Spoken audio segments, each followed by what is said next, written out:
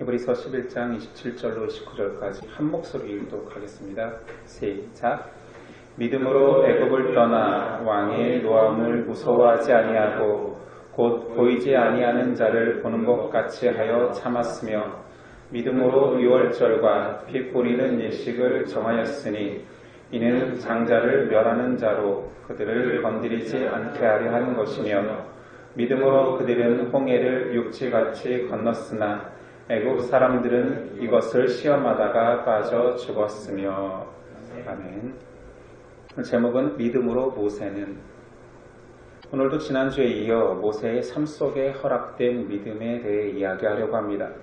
오늘 말씀은 믿음으로 모세가 행한 믿음의 세 가지 결단에 대해서 나옵니다.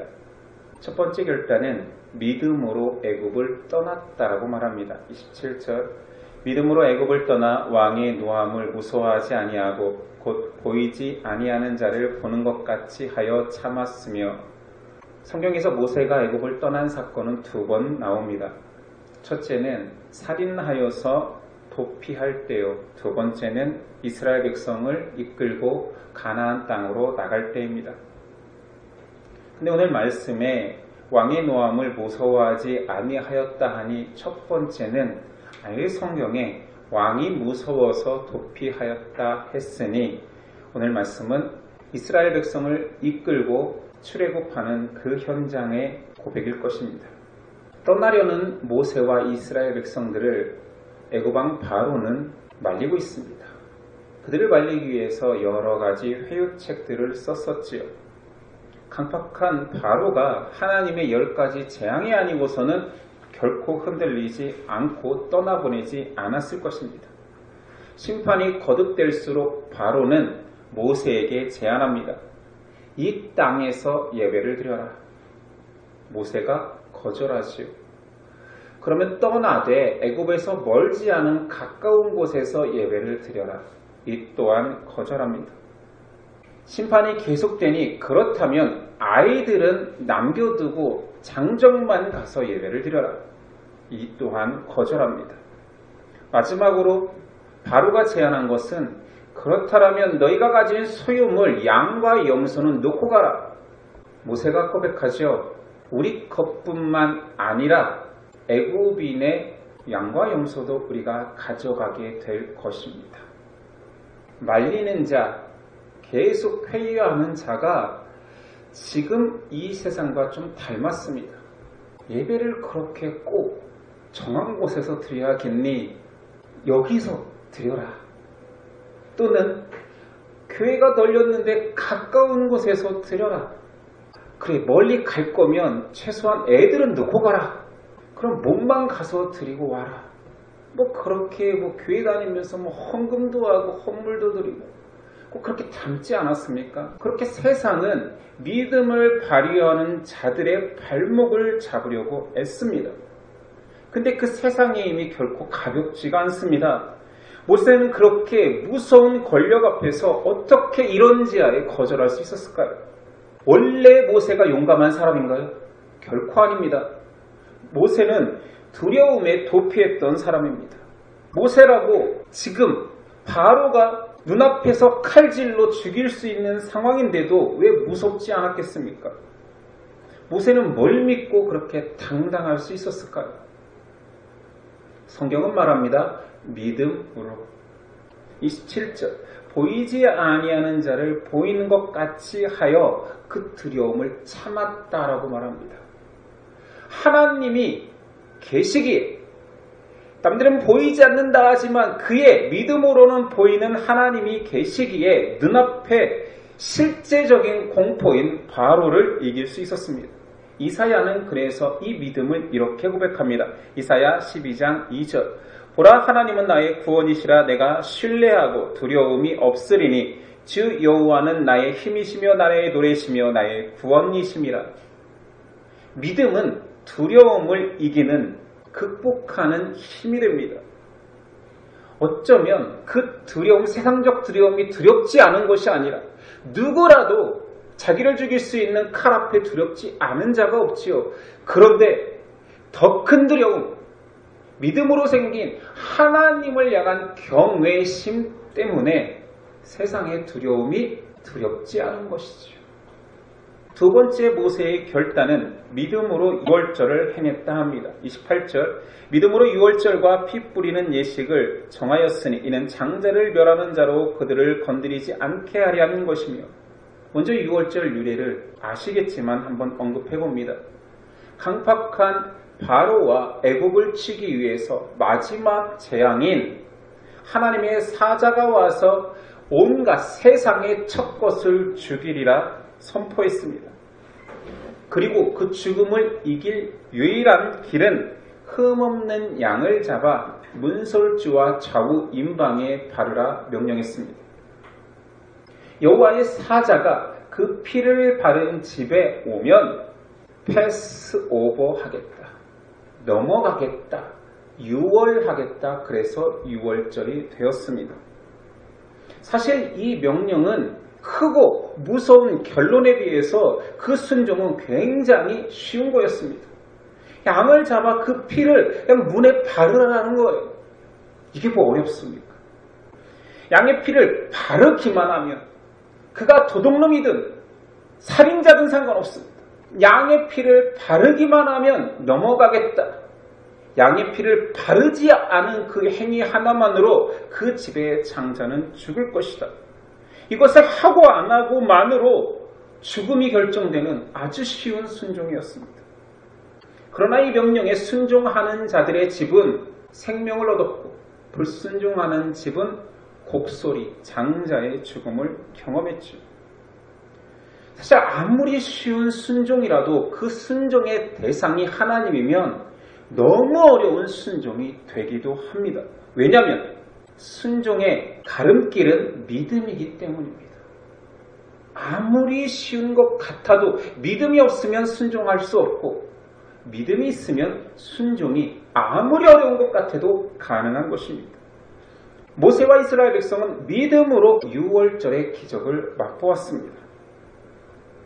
유월절 어린 양의 피는 지금 우린 너무 잘 알고 있지요. 그것이 실제적인 그리스도 십자가의 피라는 사실을요. 요한복음 1장 29절 보라 세상죄를 지고 가는 하나님의 어린 양이로다. 고린도전서 5장 7절 유월절 양 그리스도께서 희생되었느니라. 지금 우리의 상황으로 빗대어 봅시다. 유월절이라는 두려운 심판과 놀라운 은혜가 각 가정에 다 선포되었습니다. 어린 양의 피를 바르라. 그리스도의 보혈을 바르라.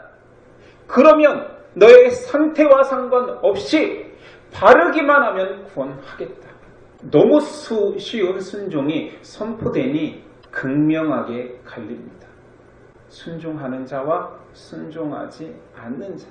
알다시피 세상에는 그것을 믿지 않고 순종하지 않는 자가 더 많습니다. 믿음은 보이지도 않고 성취되지도 않은 일을 분명한 기정사실로 믿게 하는 힘이요 확신입니다. 그래서 믿음은 바라는 것들의 실체며 보지 못하는 자들의 증거가 되는 거죠. 모세의 결단 세 번째는 믿음으로 홍해를 건넜다 합니다. 29절 믿음으로 그들은 홍해를 육지같이 건넜으나 애굽 사람들은 이것을 시험하다가 빠져 죽었으며, 이 본문의 주어는 꼭 이스라엘 전체 백성 같습니다. 모세가 그들의 리더였음으로 모세의 결단으로 설명될 수는 있겠지만 실제로 홍해 앞에서 이스라엘 백성들은 하나님을 신뢰하지 않았습니다. 그래서 이 주어가 군중이 아니고 모세라고 보는 것이 더 합당하죠. 홍해 앞에 선 이스라엘을 한번 살펴봅시다. 앞은 홍해입니다.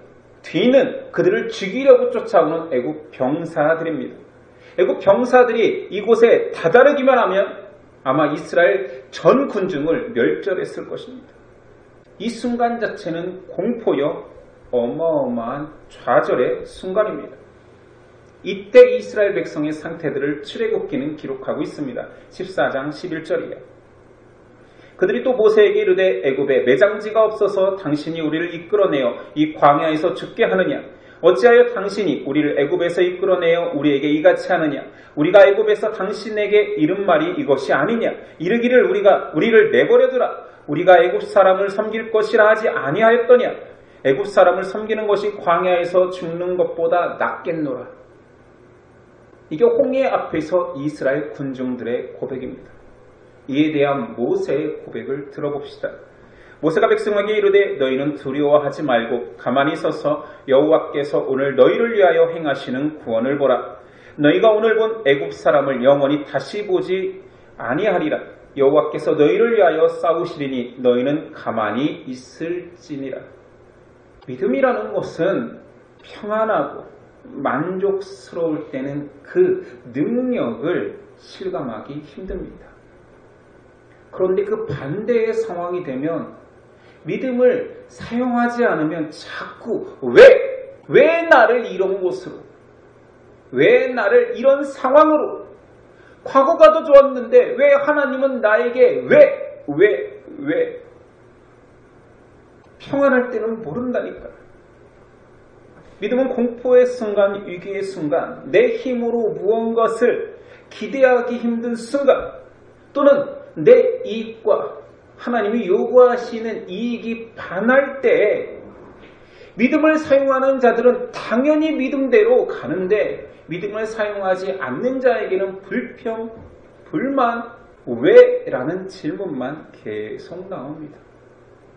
그들이 홍해를 건너는 것은 그래, 죽기 살기로 한번 가보자, 이런 인간적 의식의 결단이 아니라 믿음이 아니고서는 단 한 걸음도 내디딜 수 없는 믿음의 결론입니다. 불신하고 공포에 떨던 그들이 순종할 수 있었던 것은 너희 안에 허락된, 너희를 인도한 하나님을 보라라고 했던 모세의 믿음을 앞세울 수 있는 결단하는 그 믿음이 촉발되어서 이스라엘 모든 백성도 홍해를 향하여서 발걸음을 내디딜 수 있었습니다. 그런 의미에서 모세의 결단의 믿음이 얼마나 위대한지를 알 수 있죠. 자, 오늘 본문 세 가지 모세의 결단을 보았습니다. 믿음의 결단의 영적 의미를 한번 생각해 봅시다. 믿음의 유무는 모릅니다. 누가 믿음이 있고 없는지는 잘 모릅니다. 그런데 믿음은 사용되기만 하면, 믿음을 발휘하기만 하면 그 믿음이 어마어마한 힘이 있고 나에게 허락된 믿음이 이렇게 큰 것인가를 고백하게 합니다. 그래서 하나님은 자꾸 자신의 자녀들에게 시련을 허락하는 거지요. 너 안에 믿음이 있다. 너도 없는 것처럼 여기고 주변 사람도 너의 믿음을 모르지. 그러나 너의 시련 앞에 믿음이 작동할 것이다. 믿음 앞에 어마어마한 시련이라고 여기던 모든 크기는 무의미해진다. 작아진다. 성도의 시련은 그런 의미에서 나에게 닥치는 시련의 크기와 상관없고 그 크기를 대하는, 마주하는 내 믿음의 확신의 크기가 더 중요합니다. 믿음만 앞세우면 그 모든 시련의 크기는 작아지기 때문이지. 그만큼 믿음이 크기에 하나님이 이스라엘 백성에게 요구한 것이 정말 힘든 일이었습니까? 그냥 홍해를 건너라. 피할 길이 있다. 너희는 가만히 있어도 된다. 불평만 하지 마라. 불신만 하지 마라. 아니 여기서 그냥 주저앉아 울기만 하겠습니다만 하지 마라. 가라는 길로 가라. 너에게 총칼을 만들어서 지금 싸우라고 하는 거 아니지 않느냐. 죽창을 얻어라. 나뭇가지를 꺾어서 창을 만들어라. 돌을 모아서 던져라라고 말하지 않잖아요. 하나님은 우리에게 어마어마하게 힘든 그 일을 하라고 한 적이 없습니다. 모세가 하나님의 말을 대언하지요. 뭔가 하려고 하지 마라. 살려고 간구하지 마라. 가만히 있어라. 잠잠히 있어라. 오직 가만히 서서 오늘 하나님이 믿음 가진 너희를 위해 할 일을 그냥 봐라. 여호와께서 싸우시리니 너희는 가만히 있어라. 어렵습니까? 어렵습니까? 아니 어쩌면 열심히 내는 거, 열심히 사는 거에 특화된 현대인들에게는 위기의 순간에 가만히 있어라는 말이 가장 어려운 걸 수도 있습니다. 뭔가 내가 해결해야 되고 최선을 다해야지 이 위기가 극복될 것 같지요. 그런데 말씀이 떨어졌잖아요. 가만히 있으라 했으면 신뢰하고 가만히 있어도 됩니다. 결론은 믿음 있는 자들의 가만히 있고 하나님을 바라보면 하나님의 구원을 맞이하게 됩니다. 믿음을 부인하는 자들은 하나님의 심판이 떨어졌지요. 명확한 결론으로 나누어졌습니다.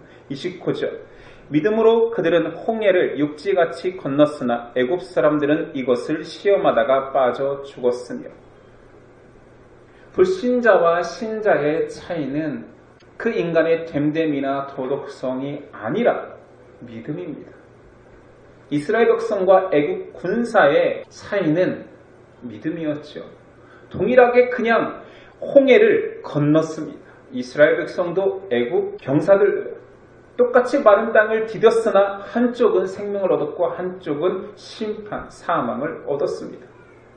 이 둘 차이가 이스라엘 백성은 다 선하고 애굽 병사들은 다 악해서입니까?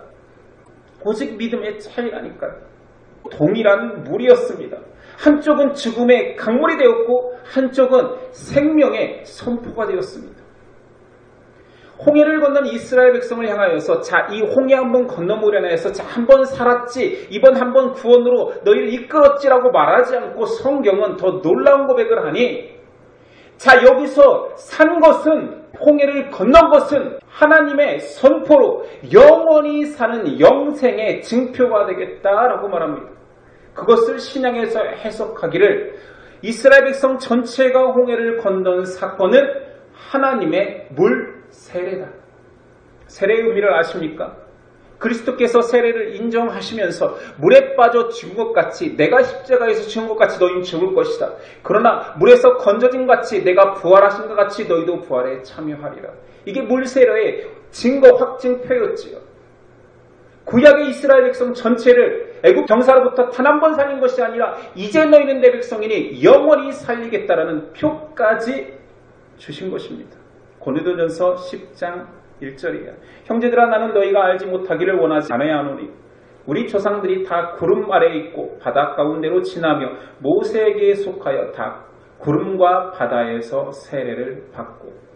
베드로전서 3장 21절 물은 예수 그리스도께서 부활하심으로 말미암아 이제 너희를 구원하는 편이 곧 세례라. 이는 육체의 더러운 것을 제하고 버림이 아니요 하나님을 향한 선한 양심의 강구이니라. 우리 장기물로 인하여서 그리스도와 함께 죽고 물에서 건져짐으로 인하여서 그리스도의 부활에 참여한다. 로마서 6장 3절이야. 우리 그리스도 예수와 합하여 세례를 받은 우리는 그의 죽으심과 합하여 세례를 받은 줄을 알지 못하느냐. 그러므로 우리가 그의 죽으심과 합하여 세례를 받음으로 그와 함께 장사되었나니 이는 아버지의 영광으로 말미암아 그리스도를 죽은 자 가운데서 살리신 것 같이 우리로 또한 새 생명 가운데서 행하게 하려 함이라. 맞지요? 홍해에서 똑같은 물이지만 믿음 있는 자들은 그 물에서 생명으로 건졌을 뿐만 아니라 영원한 생명의 표를 삼고 믿음 없는 애굽 병사들은 심판의 물이 되어버렸습니다. 기억나지 않습니까? 노아 때도 그랬지요. 믿음 없는 자들은 물로 심판을 받았고 믿음을 택한 자들은 물에서 구원함을 얻었습니다. 똑같은 복음의 사건이 복음의 메시지가 지금도 선포되고 있습니다. 어떤 이에게는 그 메시지가 사망의 향기로, 어떤 이에게는 그 메시지가 생명의 향기로 난다라고 고린도 후서에서 고백하시요. 루터는 말합니다. 누구나 보는 것을 보지 않고 누구나 보지 않는 것을 보는 것이 믿음의 본질이다. 똑같은 현상 앞에, 똑같은 물 앞에 누군가는 믿음에 의해서 생명이 보이고 누군가는 믿음이 없기에 심판이 됩니다. 믿음은 어떠한 순간에도 믿음을 사용하도록 만듭니다. 믿음이 있는 자는 위기의 순간에 그냥 자동으로 발현하는 무슨 센서 같아요. 하나님의 허락하신 믿음은 그 믿음을 허락받은 자의 위기의 순간에 그가 뭔가를 하기 전에 해결책을 강구하기 전에 믿음이 벌써 역사하기 시작합니다. 그런 의미에서 우리는 믿음 가졌다 하는 우리는 믿음을 사용하는 그 기쁨을 누려야 됩니다. 모세의 삶과 우리의 삶의 괴리가 큰가요? 모세와 이스라엘 백성들은 애굽의 종이었습니다. 여러분들은 지금 자유를 누리는 자유인이기에 뭔가 많이 다른가요? 백성을 억누르고 있는 대상은 다르지요. 애굽이라는 나라와 그의 백성들은 아닐 수도 있지요. 그러나 우리가 살고 있는 이 세상도 뭔가 우리의 자유를 억누르려고 하는 세상의 힘이 있지 않습니까? 우리에게 황제의 명령과 하나님의 명령이 대치되는 순간은 없나요? 황제라는 직접적인 사람은 아닐 수도 있지요. 그러나 세상 가치라는 명령과 하나님의 가치라는 명령이 대치되어서 우리에게 갈등을 일으킬 때는 없습니까? 혹은 우리 인생에서 지금까지는 경험하지 않았지만 아픈 홍해여 뒤는 애국 병사가 죽일 것처럼 쫓아오는 그렇게 사방이 막힌 위기를 경험하지 않을까요?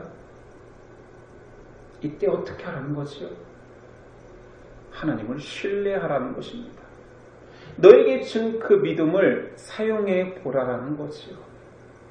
모세가 위대한 위인이었기 때문에 이 모든 위기를 극복한 것이 아니라 모세 안에 허락된 믿음으로 그 세 가지 결단들 모두 다 작다할 수 없는 그 위기의 순간들을 다 극복해 낸 것입니다. 믿음의 사람들이여, 여러분들은 위기에 어떻게 사시겠습니까? 이스라엘 백성처럼 왜 저를 여기로 인도했냐고 하소연하며 불평하며 예전에 내가 더 좋았다라고 이야기하겠습니까? 아니면 믿음이 있음에도 믿음은 뒷전으로 놓고 여전히 내 열심, 내 가치로 잔꾀를 부리고 내 노력만으로도 모든 것을 아름답게 바꿔놓을 수 있다라고 그렇게 자기 힘으로만 사시겠습니까? 누구나 사방이 막힌 피할 길이 없는 위기를 경험할 수 있습니다. 그때 많이 들었던 예화지요. 하늘은 열려있다. 사방이 막혔을 때 눈을 들어 하늘을 보라. 하나님을 의지해라. 그때 살 길이 열린다. 시편 기자도 고백합니다. 23편 4절. 내가 사망의 음침한 골짜기로 다닐지라도 해를 두려워하지 않을 것은 주께서 나와 함께 하심이라. 주의 지팡이와 막대기가 나를 안위하시나이다. 어떤 위기의 순간도 신앙인은 괜찮습니다. 해결책인 믿음이 있기 때문입니다. 모세의 결단과 결심이 위대한 것이 아니라 모세 안에 허락된 믿음에 의한 믿음으로 가능한 그 믿음이 위대한 것이며 그 믿음 속에 있었던 모세의 결단이 결과적으로 아름다워진 것입니다. 믿음으로 바로를 두려워하지 않았고 믿음으로 유월절을 행했으며 믿음으로 홍해를 건넜습니다. 믿음으로. 여러분은 어떤 위기를 만납니까? 어떤 고난을 경험합니까? 그때 여러분들은 어떻게 행동하고 있습니까? 믿음을 사용하고 있나요? 아니면 그 두려움에 잠식되어서 내 살 길을 내 고민과 내 경험치로 극복하려 하고 있습니까? 누가 이 시대에 믿음을 발휘하여서 모세처럼 믿음을 사용한 후 하나님을 홍해바다 건너편에서 찬양하는 자입니까? 누가 두려워 떨고 있는 이스라엘 백성들을 향하여서 믿음의 고백을 선포하여서 다 같이 믿음으로 행해 보자라고 도전하고 그들을 바르게 인도할 자입니까?